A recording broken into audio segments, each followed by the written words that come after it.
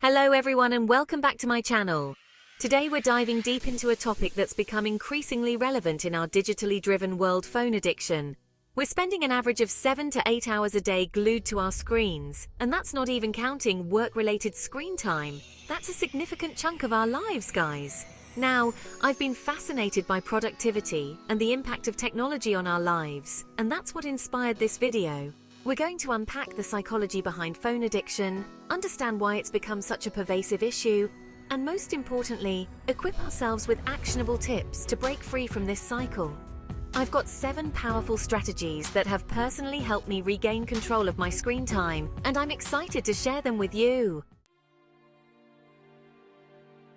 Alright, let's kick things off with a strategy that's been a game changer for me: using apps to block other apps. Trust me, it works wonders. You see, our brains are wired to seek instant gratification. Every time we get a notification or see that little red badge on our social media apps, our brain releases dopamine, the feel-good hormone.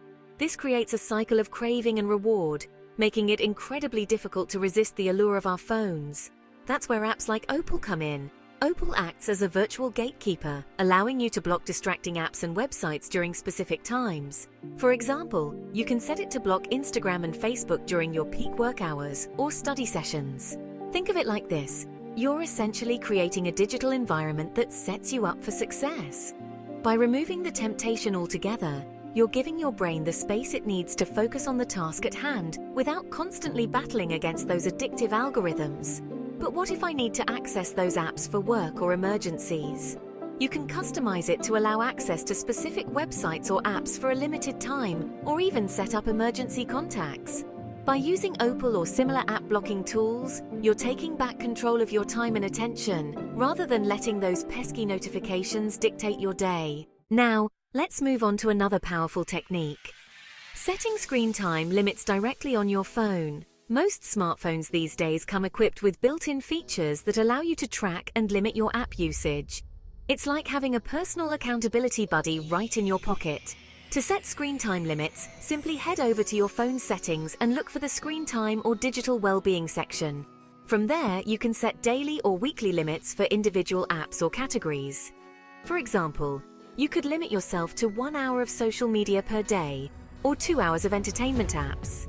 The beauty of this feature is that it provides you with gentle nudges throughout the day, reminding you of your usage and helping you stay within your limits. Once you hit your allocated time, the app will typically grey out or display a message letting you know you've reached your limit. Now, I know it can be tempting to just tap ignore limit and keep scrolling, but resist the urge. These limits are there to help you break free from those addictive patterns and reclaim your time and focus. Let's talk about a game changer when it comes to minimizing distractions and maximizing productivity: focus modes.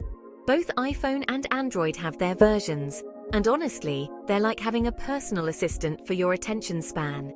Focus modes allow you to silence notifications, restrict incoming calls, and even hide distracting apps during specific times or activities. Think of it like setting your phone to Do Not Disturb, but on a whole new level of customization.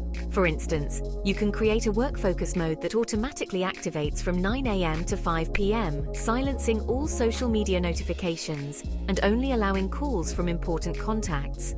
Or you could set up a study focus mode that blocks all apps except for your study tools and timers. The beauty of focus modes lies in their automation. Once you've set them up, they work seamlessly in the background, shielding you from distractions without you having to lift a finger. This means no more willpower battles every time your phone buzzes with a notification. You're free to dive deep into your work, your studies, or simply enjoy some quality time with loved ones without feeling tethered to your device. It's all about creating those digital boundaries that allow you to be more present and engaged in the real world. Alright, let's talk about a simple yet incredibly effective habit change: keeping your phone away from your bedside table. I know it's so tempting to scroll through social media or catch up on emails right before bed. But trust me, bringing your phone into the bedroom is a recipe for sleep sabotage. The blue light emitted from our phones interferes with our melatonin production, making it harder to fall asleep and stay asleep. Plus, late-night scrolling can send our brains into overdrive, making it difficult to wind down and relax. So what's the solution? Designate a charging station for your phone that's outside of your bedroom. It could be in the living room, on your desk, or even in another room altogether. The key is to create physical distance between you and your device, making it less tempting to reach for it first thing in the morning or last thing at night. Instead of scrolling through your phone, try incorporating a relaxing bedtime routine into your evenings.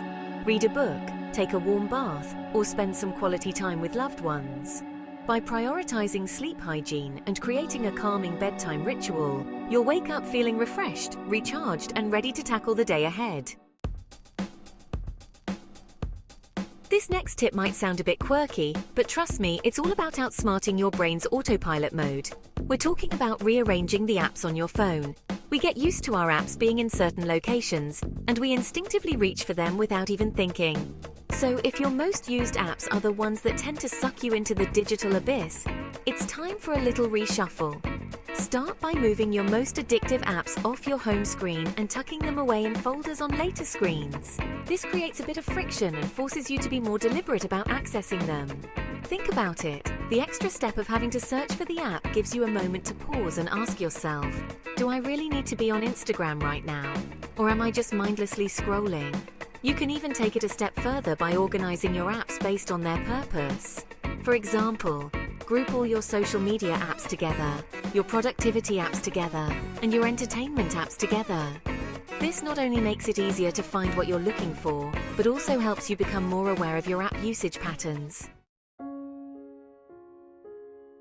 Let's talk about a brilliant app that's been a game changer for me in breaking those impulsive phone habits. OneSec. Now, OneSec is all about introducing a moment of mindfulness before you dive headfirst into the digital world. Here's how it works. Once you've installed OneSec, it'll create a subtle loading screen whenever you try to open one of your pre-selected apps. This loading screen isn't there to frustrate you. It's designed to give you a brief pause, a moment to breathe and reconsider your actions. During that split second, you have the opportunity to ask yourself, why am I opening this app? What am I hoping to achieve? Am I just bored, or do I have a specific purpose in mind?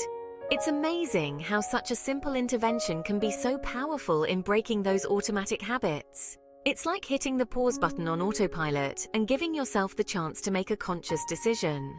OneSec also provides you with insightful data on your app usage, helping you track your progress and identify your trigger points.